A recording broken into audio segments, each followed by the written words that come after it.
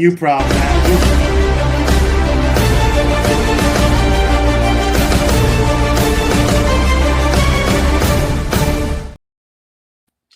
Welcome to Rugby 100 Club. Today is a new one. Today we got the Voodoo Rugby boys, the old boys, if you will.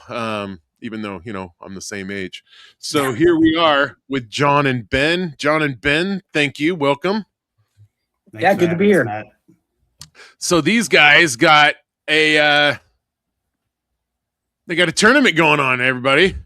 It's April 18th, and why don't you run with it, my man? Sure. So we used to have New Orleans used to have an old boys tournament, and I think COVID kind of killed it.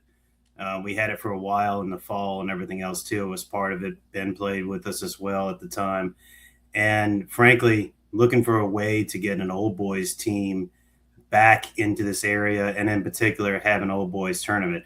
I mean, Ben and I have both played for other teams all over the place, but in the recent years, I've played with Orbs, the Atlanta, Renegades old boys side over in Lake Placid, and also in Aspen. And you see all these old boy tournaments, and you realize, other than the Time Rugby Club and Orbs, there's not many other teams around the Gulf South or Deep South really that have any sort of old boys team. So Ben, myself, and a couple other guys got together, and we played a New Orleans old boys game, and we won Mobile a couple of years ago with the last second try. Rung the bell and said, okay, because you get a big old bell trophy. Rung the bell, and then we're driving home, and we wanted it to make it more than just a New Orleans old boys side. We wanted to really kind of include other teams around us, like the Crescent City Blues or Baton Rouge Rugby or Pensacola or the guys from Shreveport. We didn't want to exclude anybody out from it, and try to make it more of a regional team to, you want to go up to an old boys tournament. Here's everybody. We have over 130 guys in our group made chat. Can't always get those numbers, but they're always there. So April 18th is during French Quarter Fest. It's a one-day tournament, round robin, 40-minute games, 5-minute halves, right? We're hoping to get 10 teams because we're bringing this tournament kind of back from the dead. And right now, including Voodoo, we have 4. We have a lot of teams interested in penciling it in. We always know rugby, right? I'll get about probably 5 teams the week beforehand, and they'll be complaining that they didn't get the T-shirts in time and everything else. But so here's a link, such as live. You're going to have to get it later, right? But it's going to be a great time. We got food being, out there. We're going to have it at LaSalle Park, which is next to the old gold mine where the Gold used to play. And it's going to be a great time. It's a great venue for rugby. And we're just, even if we only get 4 teams and we do it round robin style, so what? We're bringing it back from the dead. We've got a lot of sponsors. This has only been in the making now for 2 years. And we've done some tournaments. And we've kind of also made it D4 as well, to where we bring in some of the younger guys who are inexperienced or just want to play an extra game.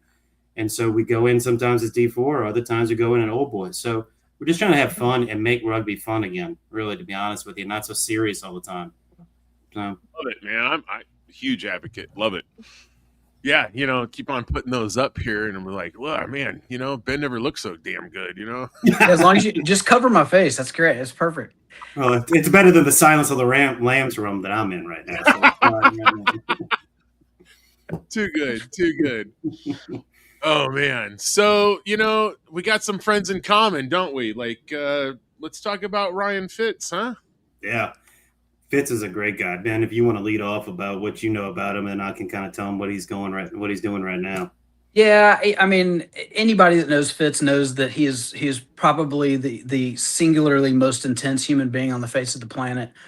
And while it's unfortunate, that MLR is not necessarily going to have a presence in New Orleans in the short term, I can't think of anybody better to sort of lead and relaunch a collegiate program. I mean, his eye for talent is kind of unmatched. And his intensity, again, is unrivaled. And his ability to get people kind of all rowing the boat in one direction is very impressive. And so, because New Orleans has just a phenomenal rugby community, it's pretty cool even from a distance. I'm not in New Orleans anymore, but I keep my eye on the boys, and I like to see what Fitz is building there at Loyola, because taking that program kind of from where it's been in the recent past, and not being able to offer full scholarships, and they're bringing kids from all over the country to New Orleans, which is a pretty cool place. I'm glad I didn't go to college there, because I probably wouldn't have survived. But again, it's a great place, and he's building just a phenomenal program. And I see it sort of as the bookend of what Voodoo is. I mean, I feel like I've got 30 or 40 years of rugby left in me, but who knows? But it's you've got these two ends of the spectrum, with a growing high school community in New Orleans, and now a local collegiate option where you can go on a full scholarship, then play for the men's club, and then eventually play for the Voodoo. I think is pretty fantastic, and there's just not many places in the country where you can do that. So it's really exciting and fun to watch. I'm over here trying to figure out what kind of pictures I want to put up of you guys. I'm not gonna lie, these guys get around. Don't put up those pictures. Yeah. Yeah. They're all from the hip up. I swear. Yeah, good. Yeah, too good. That's the only impressive part, anyway, is the hips up. Anyway. Yeah, we got a couple of them here. It's pretty cool. Like, look at holding up that cup. Look at that, dude.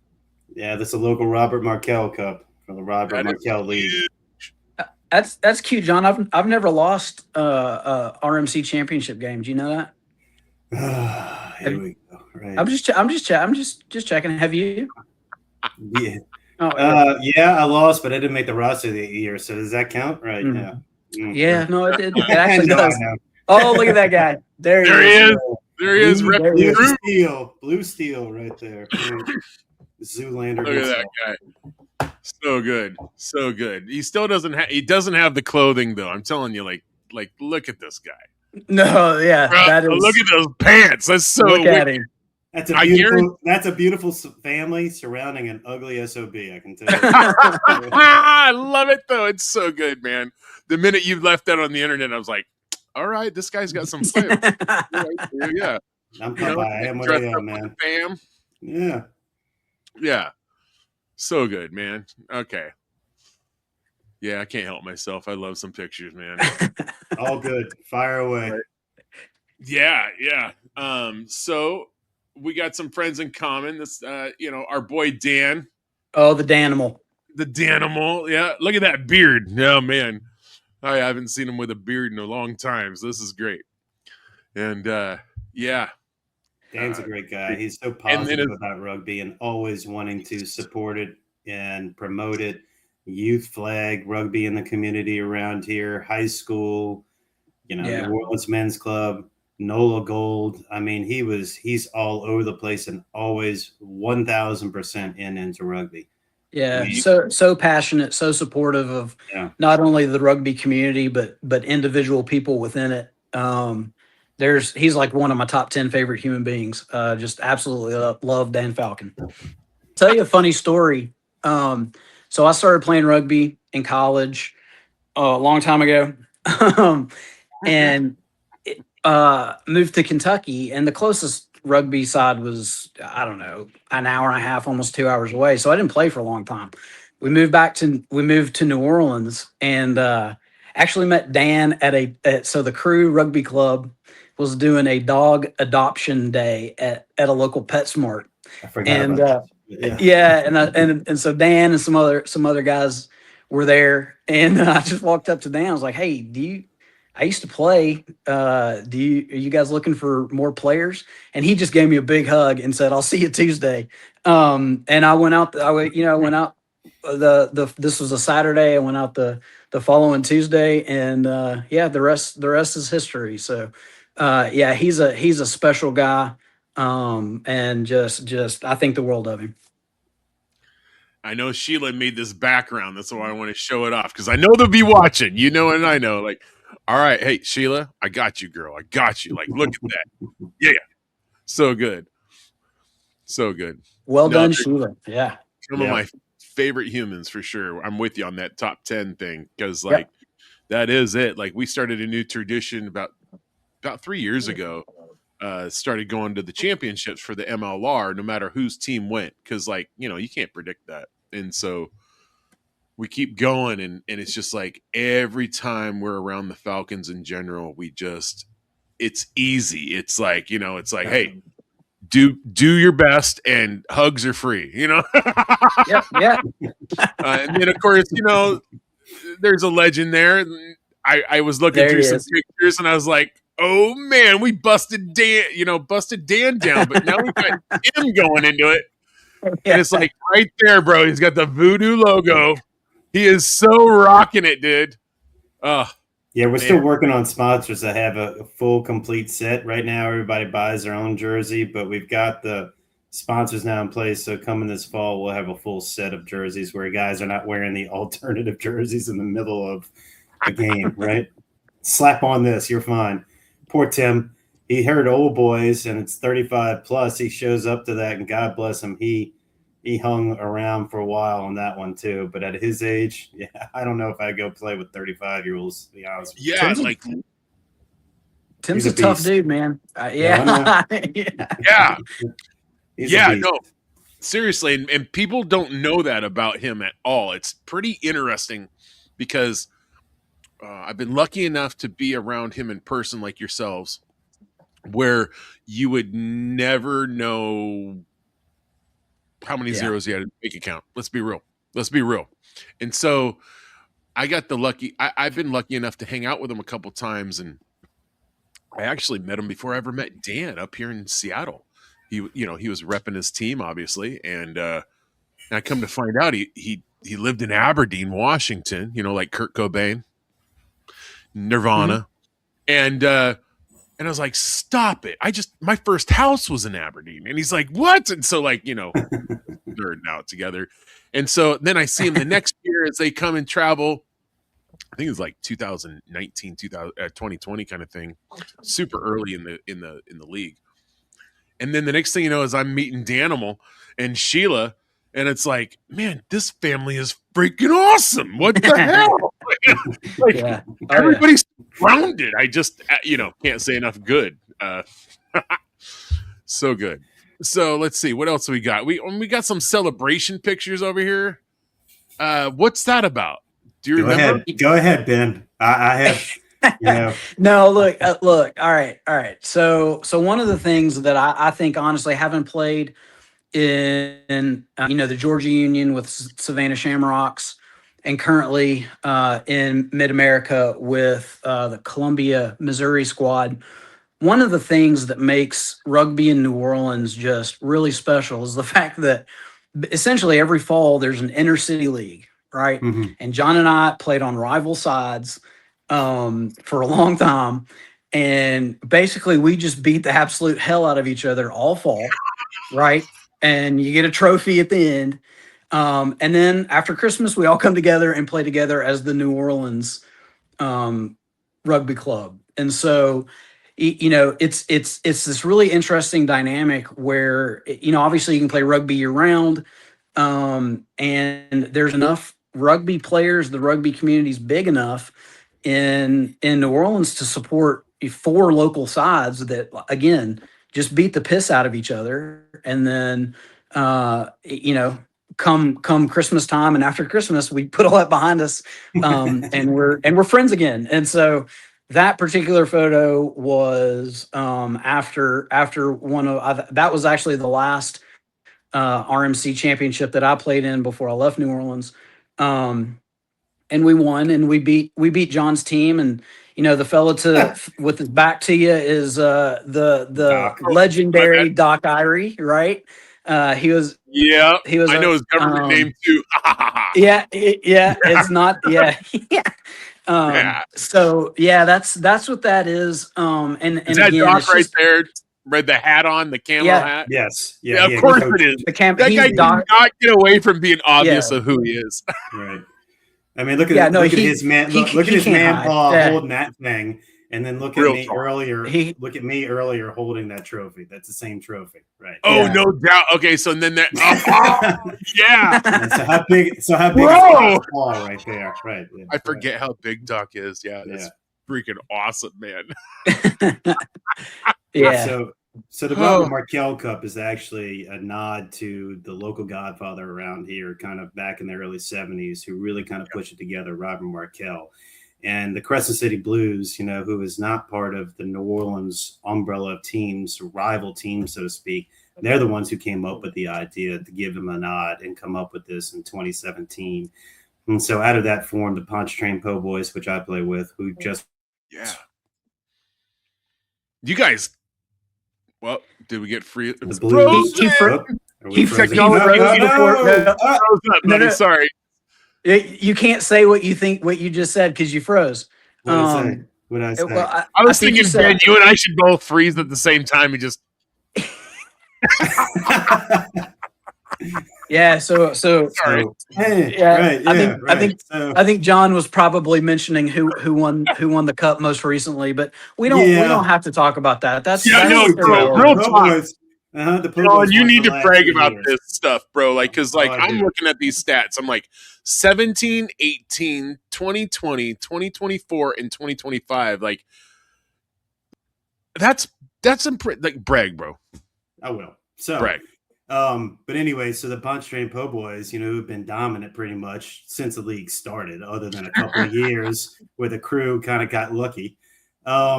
So next thing you know, hold on. No point of order. Don't make me mute his mic. Right. So, but we also bring in like other teams as well, like the Baton Rouge got in one year, and then a couple of years the Mississippi team, the Gulf, what was they, the Land Sharks or what? The Land Sharks, from Biloxi. Yeah, they folded after a few years, but that's because of just other internal stuff going on. And then we also had Mobile Battleship came into the league a few years in a row just to kind of make it more Gulf Coast.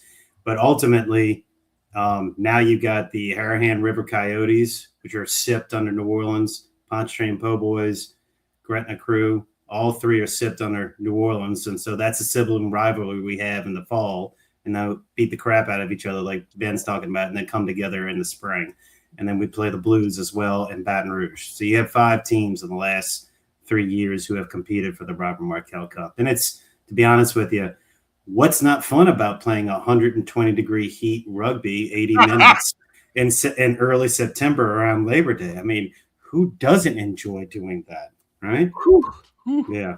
Man, coming from where I at, bro, I'll melt. I mean, I love coming to NOLA, but past April, man, I'm cool.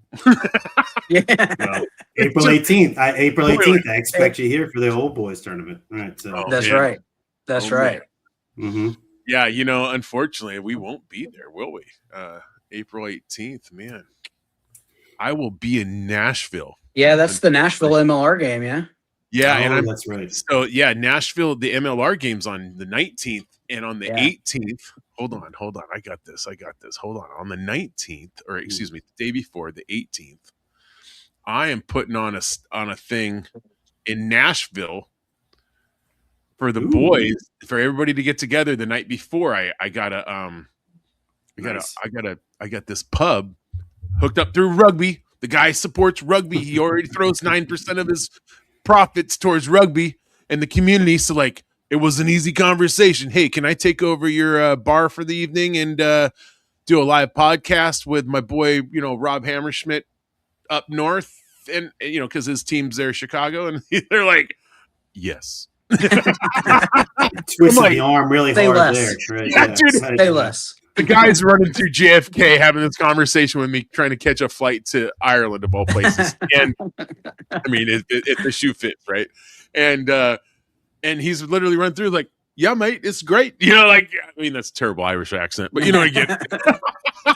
And it was just so easy. So unfortunately, I'm going to be close comparably to, you know, my Seattle roots, but Yeah, no, I'm not even going for Seattle, man. I'm going to watch, Chicago and Free Jacks just beat the snot out of each other because Nice. at the pro level, those guys just beat each other in the mouth all the time. Oh, And it's yeah. just fun than hell to watch. But enough about that. Let's keep talking about the roots of NOLA, because I've been telling Dan, and that's why I'm so like when you guys reached out. I think it was actually Brett that reached out. Correct. Yep. And he just started making it happen. And he said, "Hey man, would you plug us?" And I'm thinking, man, I'm already plugging you, but do you want to just do a podcast? And he's like, well, let me ask the boys. And you two showed up on my radar. And I'm like, here we are, like jamming. It's so good because the NOLA roots, like people don't realize, as we are exploring the United States with rugby, and I'm trying to expose it. The roots in NOLA. Tell me about how you got, because you guys both got involved in the 90s. So, like I'm looking at my notes here. So, John, you got involved in 92, took a hiatus in 93, but then, came back strong, obviously, in 17. And then, Ben, you started in 99. So, 99. So, how old were you coming into it? I just curious. Since we're talking old boys, I can't, Well, yeah. So I started playing in Jackson, Mississippi, when I was in college. So I went to a small liberal arts school in Mississippi. They didn't have a rugby club, so I started playing with the men's side. They're in Jackson, and they were at the time they were pretty good. Pretty successful side, and then kind of like John, life gets in the way. um moved to my hometown of Paducah, Kentucky, where there's just not a lot of rugby around. So I also Not took a lot of anything hiatus. around. It's the national very rural. the National Quilt Museum is in Paducah, Kentucky. I'll have you know. So Sorry. Anyway, continue. Right. The National what Yeah. museum? I'm sorry. quilting. I want. You know what? Will you please take a 10-second video of you quilting next time? Dude. Yeah, sure. John's nodding over there. He's got the motion sound like. I swear to God, I watched my grandma do this shit. No, so yeah, and 3 kids, a very similar story to John, where it's just like it's just hard to do it without a local option. And so my wife is from New Orleans. So we moved to New Orleans in 2015. And so started playing with the crew not long after, and then found my way to NORFC, and I've been blessed. Had a lot of success with both New Orleans sides of the crew, as well as NORFC, especially at the D3 level. And then my career has taken me on a whirlwind tour of the U.S. Spent 2 years playing for Savannah. They're another fantastic organization, a great club. They do a huge St. Patrick's Day tournament. 80 or 90 teams from all across the country, and even Canada come down. It's pretty cool. Big deal, Holyfield, bro. Wow, Yeah, that's dude. a lot of teams. Yeah, they'll have 7 or 8 pitches going at once. And it's a great time. I joke, I love New Orleans, but Savannah is like a cleaner version of it. It's a good time. And of course, like I said, now I'm in north central Missouri, not far from Columbia, a little town called Moberly. But the one constant through all of that is rugby. And so I've been able to, I have great relationships, John notwithstanding, it's just really nice. It's been good. I've been very, very lucky and blessed to have been part of some really, really good teams. Yeah, the puke in the back of my car on the way to Mobile, says otherwise, right? It was the way to New Orleans from Mobile. No, that's John. right. With all the bushwhackers and Stocks and everything else too. Right? If we're gonna tell the story, tell it right, man. Come on. We got to What? tell the whole story. Just because you couldn't get your little head over the child lock and everything else, too. Well, you know, Yeah. I'm a it's little guy. so funny because I think we all have these kind of rugby stories. At least I know I do. Like I'm over here like, Oh, no, yeah. you never having to clean the race stripe off the car twice, actually. Yeah, so you're Yeah. And it wasn't even mine, you know? What the hell?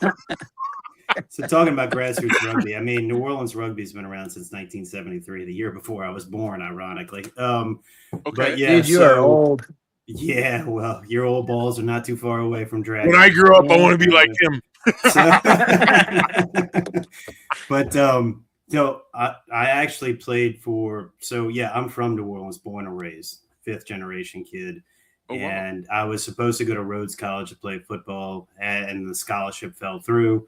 So I didn't know what I was going to do. I was like, screw it. I'm going to go up the road to Baton Rouge, LSU. I was all signed up, ready and everything. And about 2 weeks beforehand, woke up in sweats, panic, had an epiphany. I'm like, I can't go there. I'm going to fail out in a week because I just know it's a party school and everything. I didn't trust myself. So even though I did plenty of partying down here in New Orleans, but just at least being anchored back home was a little bit better. I didn't live at home. I actually, had my own apartment, bartended around and everything. So I found my way to Tulane Rugby because Loyola didn't have it at the time. They had one early iteration of Loyola Rugby back in the late 70s, early 80s. It lasted a couple of years. But so a classmate of mine said, hey, come over and play rugby because, I know you're bored and looking for something to do. Sure. Yeah. And then that's where I met Jeff Ornsby. So I played with Ornsby for a bit and had a great time with him. And then Tulane, the nerve of them, and it was back then, it wasn't the True South. It was the Deep South Rugby Union. And so back then they said, you can't grab from smaller local schools anymore. You got to go form your own club or figure it out. So myself and a couple of guys said, hey, screw it. Why don't we start another team at Loyola? So that was in 93. Lasted 25 years. I played through law school at 99. And then I had 2 kids in law school. One was born 2 days before I took the bar exam. So I'm like, I think they need to get serious about life for a minute. Way to distract yourself, John. Way to distract yourself, buddy. Exactly. It's like, I'm almost to the finish line, but whoops. Shoots he scored. I always tell people I like the feeling of lead in my feet because I shot myself twice, because what better pain is there than having 2 children when you don't have a job yet? Right. It's perfect. Yeah, well, and that's a grind too, because building up that bar exam, I can only imagine the intensity, or rather even the self-stress you may put on yourself. Well, I did it not only once, but twice, because now I'm also admitted in Texas as well. So, sucker. Yeah. But all kidding aside, I stopped. And then in 2017, I got a friend of mine, Alex Gagne, who I played with at Tulane. I ran into him somewhere and he's like, hey, we got a Tulane Old Boys game. I'm like, I haven't played in 20 years. He's like, it doesn't matter. I'm like, all right. So my wife had never seen me play. So I was like, come on, we're going to go do it. Yeah, because I'm probably like, yeah, sure you did. But, that's probably so what's going on. Right. So I actually played against my son graduated in 2017. And my youngest, and I actually played against a couple of his classmates who were freshmen who I knew. And I ran over a couple of them. And of course, their mothers are looking at me like, really? I'm like, man, sorry. Well, they stepped on the pitch. Right. Yeah. So I played. I come off the field and Ornsby's like, hey, mate, you ought to think about, because he's always trying to act like he's Australian, even though he's from Massachusetts. He's like, hey, mate, you ought to really come out for this team called the Pontchartrain Po Boys. Here's this guy, Jimmy Rakoff over here, a local chiropractor and everything, who runs the Po Boys. Mid-season, played 4 games and then started getting back in shape. And then that's where I met Ben. Ben and I in the spring. It was funny because it was spring 2018. NOLA Gold had just started. And I don't know what the mentality was, but I think a lot of these NOLA Gold guys felt like they had to. It was one gigantic practice. It was like over 100 guys in different stations. It was NOLA Gold guys and club guys, right? And I think these guys from the NOLA Gold felt obligated to be there because of Tim Falcon being the owner at the time and also playing local rugby. 2018, right? Yeah. Right. Yeah. No, I'm picturing because it was a similar shit show up here. Just FYI. And it was just like, it was nuts and it was chaotic. And it was like, who was going to go down to the club level, trying to build it like the European model where you go professional all the way down to club and back it up and down the ladder. And so a lot of bumps and bruises on the road. And then Ben and I, went to Jimmy and said, I think we need not only a D2 side, but a D3 side. And he thought we were nuts. So Ben and I and a couple other guys. We need some social. We need, not all of this is as serious as a heart attack all the time. Yeah.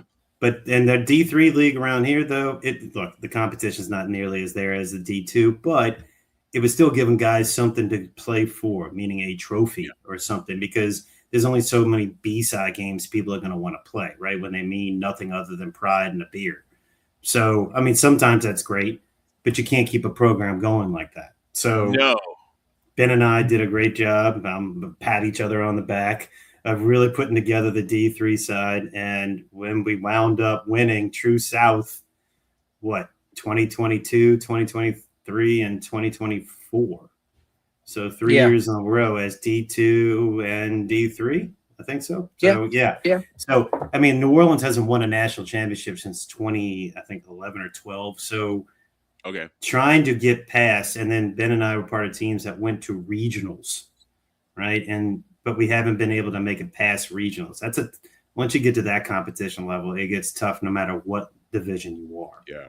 And so, we ran into a buzzsaw at Gulf Coast Super Regionals. It was the Palm Beach team that were just coming off a national championship, and I mean, we held our own with them, but they were just a really strong side. So, but I mean, it was neat to grow,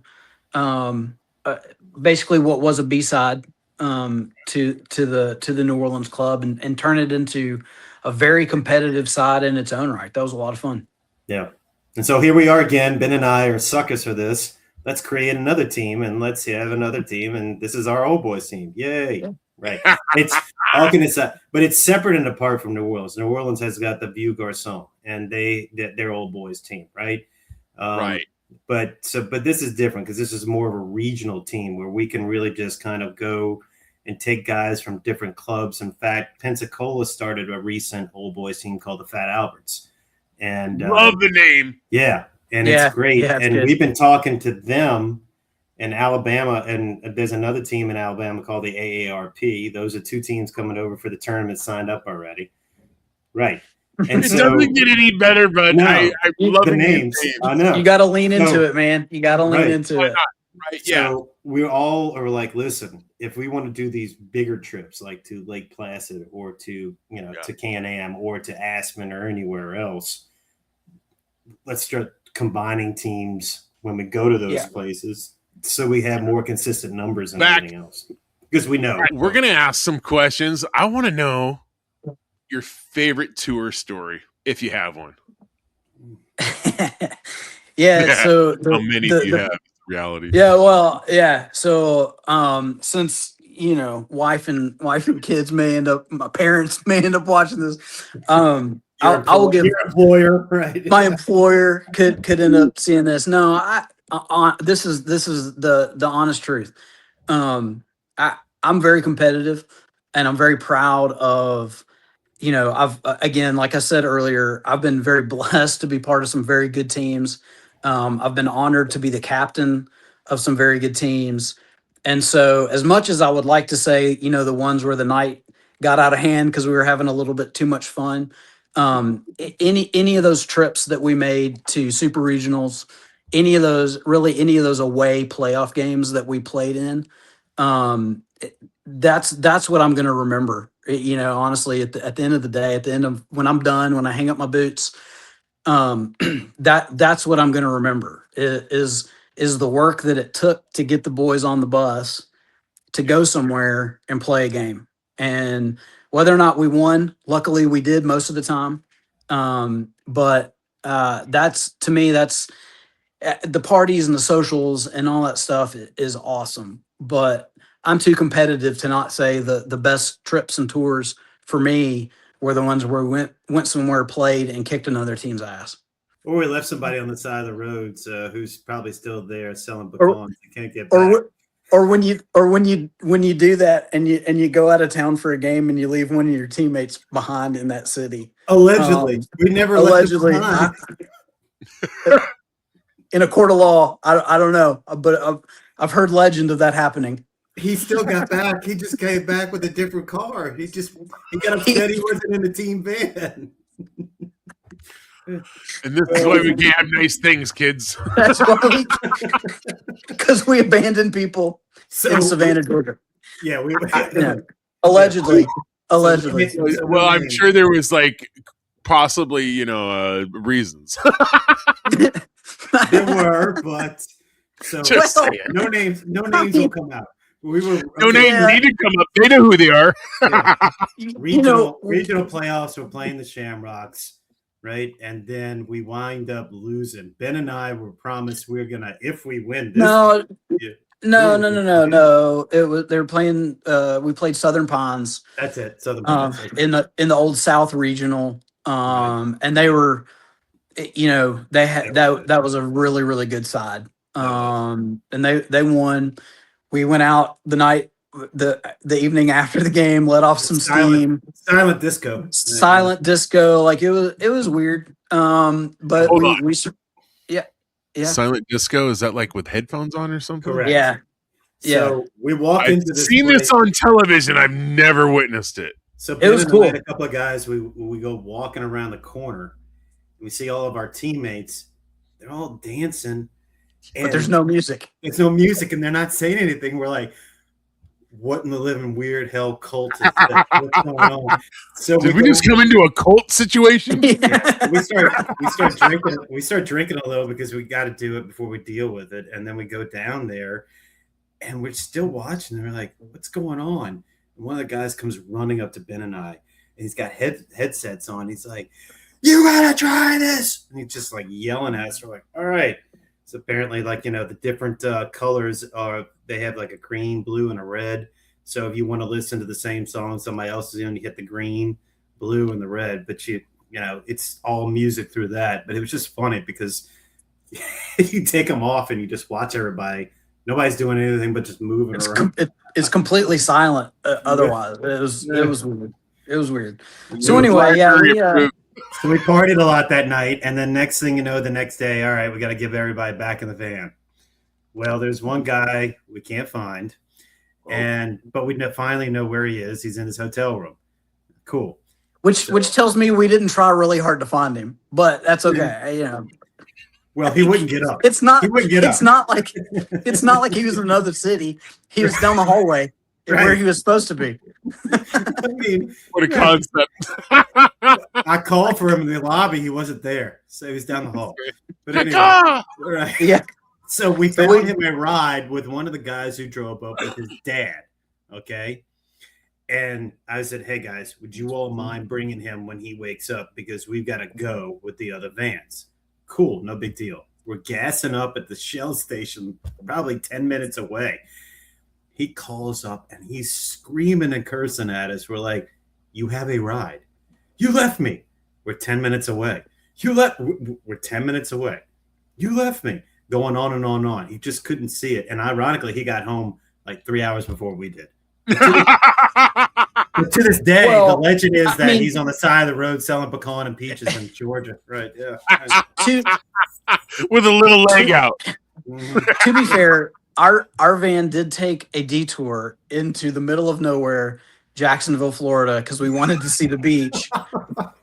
And it was raining too hard to see the beach. I don't know if I was driving. I don't actually know if we got close to the beach or not. But we got Whataburger. We were 10 miles away. We stopped at a hell, I don't know, man. Like it whatever. Awesome.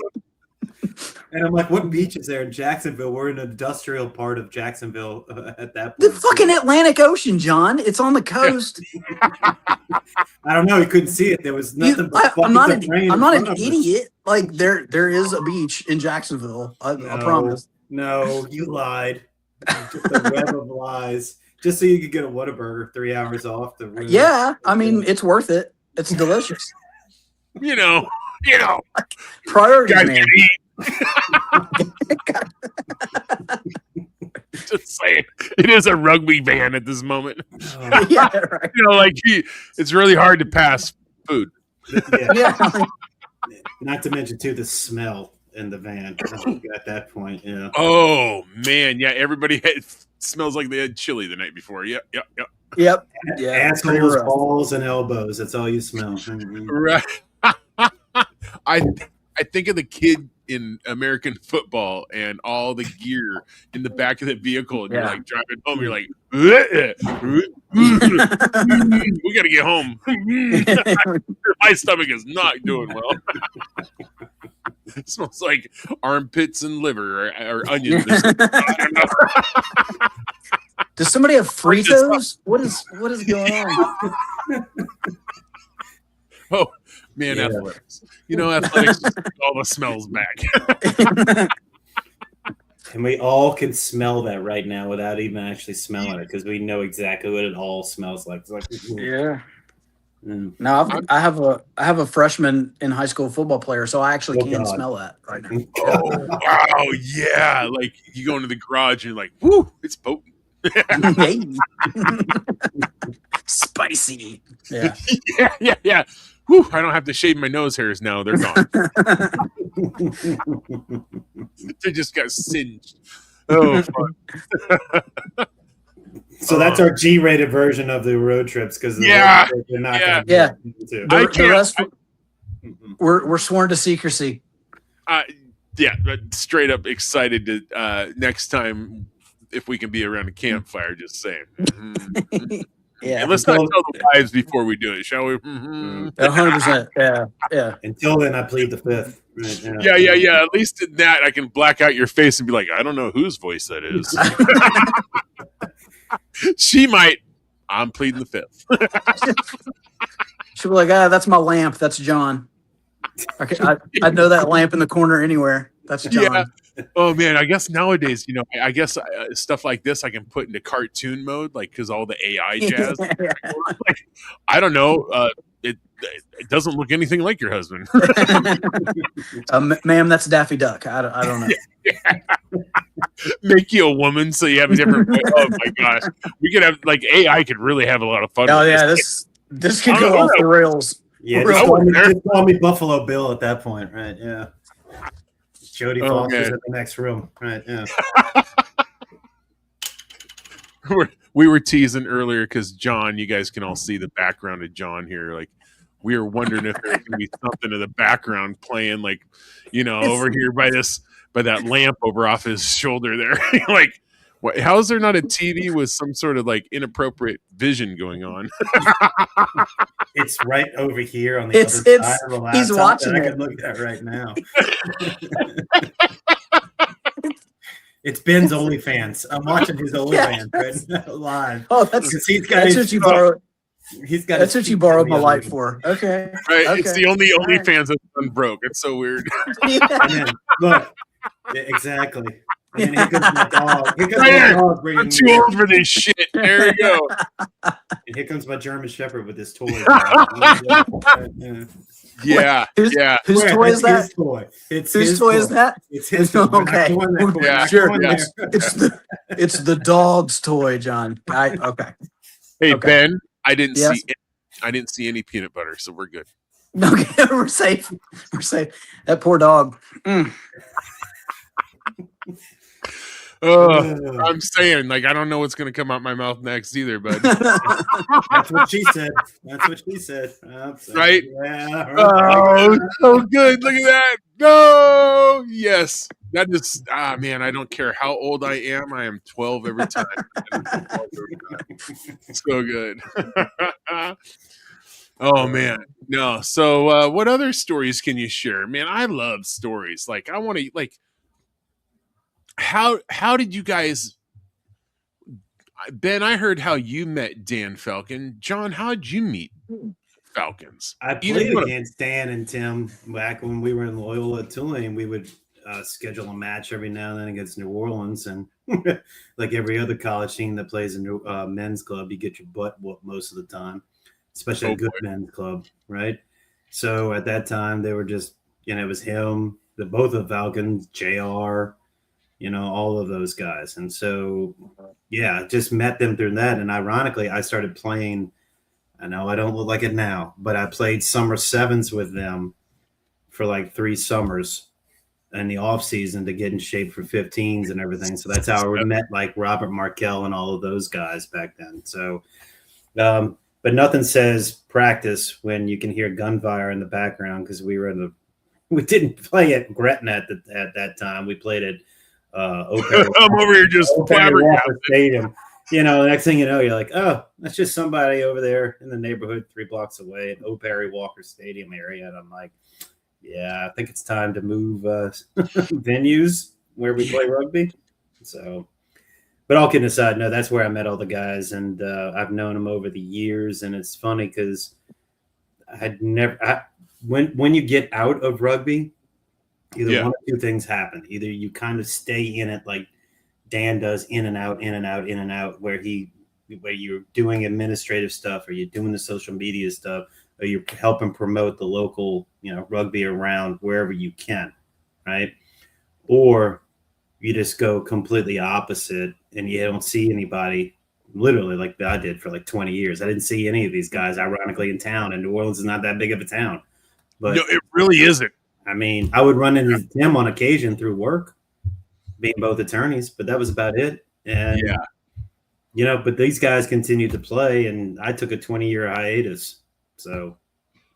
And I respect the shit out of that, by the way. Like family first. And if you can't, it's a lot.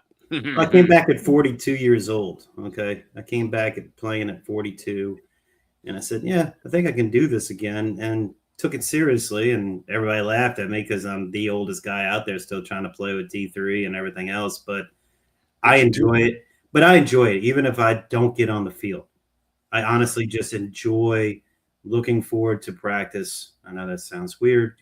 No. But looking forward to the games, the matches, but looking forward to the matches, just being out there. I mean, at this juncture, both of my kids are out of the house. One's married. They both got their professional lives. I've got a dog, got a wife.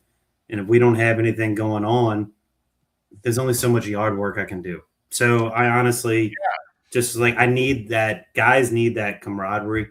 And I really, miss that part of my life when I didn't have rugby anymore. And so that's why I'm glad I got it back. And despite all of the jokes at my expense, although I bring a lot of it on, Ben will tell you, I enjoy the heck out of it, because otherwise, where would you get that, right? I have one brother who's deceased, and I don't have any other siblings. So this is my brotherhood. So I really do enjoy it. And it's, very dear to my heart.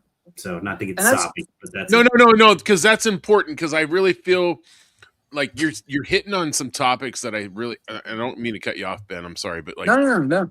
I really feel like you just hit on a topic that really needs to be addressed. So I'm going to run with this. So like men just like yourself, and you literally just painted the picture to me, is we get into our late 20s and 30s, depending on how young we decide to have children. Shoots, he scores. And so then we're raising kids, and that's a lot, right? Especially if we're married, is what I'm getting at. Like we got the whole, family going on, and we're trying to figure it out because, like, you can have all the guidance in the world. You're still trying to do a career, raise children without them being possessed, like trying to do your best at your job without your personal life sidetracking you. I mean, there's just so many variables.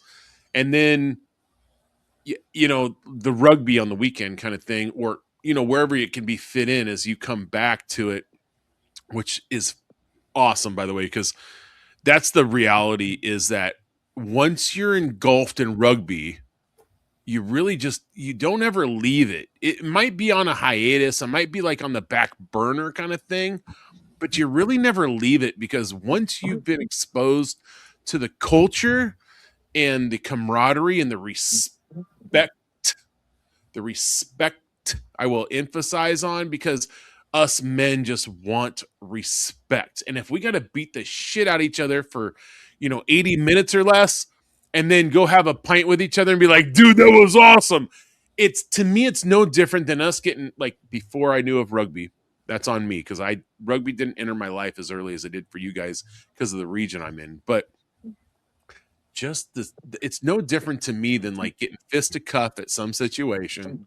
And then afterwards, you're like, man, you're all right. Let's have a beer. I mean, it is the same thing to me. And all of a sudden, like some of the guys that I would have more confrontations with than not have become some of the dearest and best of friends because of it. And I feel like rugby is very similar in that avenue. I agree 100%. And it's funny. I've got a pretty stressful job. Yeah. And when I hate sevens with a passion, I'll do it begrudgingly. But as the summer starts to end, right, my wife is basically begging me to get out of the house and go play rugby, right? Because it's a release, right? It's a way to sort of forget the world and go play a game. But also, I do get frustrated with guys and who don't think that they can do the career and the kids and the rugby. Now, there's differing levels of being in each of those, and certainly family first. But you can absolutely do it all to varying degrees, and I would argue that having played rugby has made me a better leader at work. Getting a group of 23 dudes on a Saturday to buy into one goal is hard at best. And being able to do that and having to do that repeatedly throughout a season, again, when you're faced with stuff at work or wherever, in life in general, those lessons are universal. And so I think to your point, it's like, yeah, we need that stuff. But we can also do those things. We can go play rugby. We can go to training on Tuesdays and Thursdays and take some of that stuff and translate it to the rest. And it just it's made me a better leader at work. No question. In fact, I would argue like 80% of what I've learned in life has come from team sports. And so I just think it's vitally important, again, to your point, Matt, that we participate. No, thank you for sharing that, Ben. For those that don't know, Ben's a CEO for a hospital. He delegates on the regular, and he has a lot of responsibility, to say the least, as you can only imagine. So, thank you for sharing that. That's huge to me, outside looking in. And of course, we all just met. In all sincerity, like people don't know the whole background if they're even watching at this point. No, but the reality is like both these men that I'm sharing the screen with today are both the very successful guys, and they worked very hard to get to where they're at. Everybody needs to recognize that shit because nothing lands in your lap, nothing's given to you. The lottery is like what it is for a reason. And then for you guys to both be playing rugby, and let. Well, to me, it's like you let your social guard down for 2 seconds and you share it with your mates. I don't know, your teammates. Literally, I admire the shit out of that. By the way, just saying. Yeah, and especially with club rugby, nobody comes out there and it's like cheering you on or anything else, too, right? It's just you each other, right? I'll cheer you on, John. I cheer you on. No, but you know what I mean. It's not like my wife is like, go have fun with the guys. Go play rugby. Get out of the house, right? Just see you later. Something.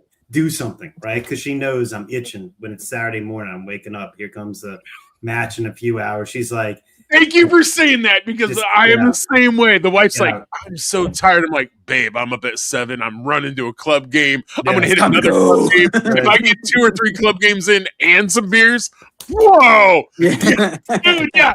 I'm in. Just hook me up. IV in, bro. Yep. So, I mean, and that's the thing. So, but and that's the thing I think that makes it work for Ben and I too. You also have somebody who's supporting you 1,000% to go enjoy that stuff. And even if we have surgeries and everything, they look at us like idiots, but they still enjoy the fact that we're out there doing something, and then we're just not sitting on the couch or doing anything else too. When there's an opportunity to at least go play, as long as I'm able to, I will play it in some form or fashion. Right. Yeah. My wife will tell you her first memory of me was standing in a fraternity house with a rugby ball in one hand and a pint of Guinness in the other, just absolutely berating freshmen. And so she 100% knew what she was getting into. Um, but to bring it a little bit full circle, right? All the things that we're talking about, successful guys, kind of in middle aged, right? But still want to participate and have fun with a sport, whether they've played it for 40 years or have never played before. That's kind of the point of what John and I are trying to do with the Voodoo. We're fortunate enough that we're pulling from a group of guys that there's some damn good rugby players in the mix, but there's also some guys that have never played before. And to me, that's the coolest part. I love rugby. If you pick it up at 60 years old, awesome. If you start playing when you're 5, also awesome. Because it doesn't matter. It's just such a great sport, and it's been fun to watch and grow. I'm really thankful for you guys joining me. It's fun. Like, I had no idea what we were getting into. Brett reached out, so Brett's not even here. Let's be real. And so he's like, "Hey, I got these characters that want to come on." I'm like, "Bring it! That is exactly what I want." Oh man, this has been funner than can be, guys. I had no idea what we were in for, but this has been great. Thank you for sharing your time with me. I really appreciate it. Oh, hell yeah! Let's do it. Yeah. We just need to get around a campfire, a couple pints, and we're good. I mean, just let it ride. Yeah. Tell the stories, because I know you got stories. There's the roots of rugby in NOLA is so deep, and people don't realize it until they're in the mix. And you guys kind of like brought a little flavor to the screen. I really appreciate you sticking your necks out to do it.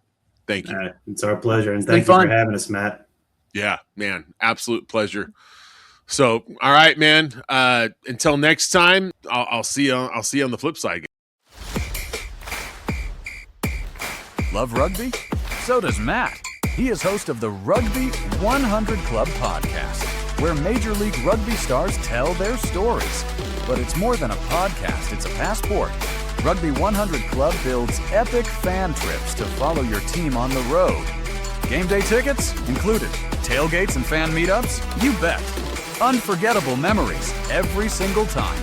Rugby 100 Club, where fandom meets the road.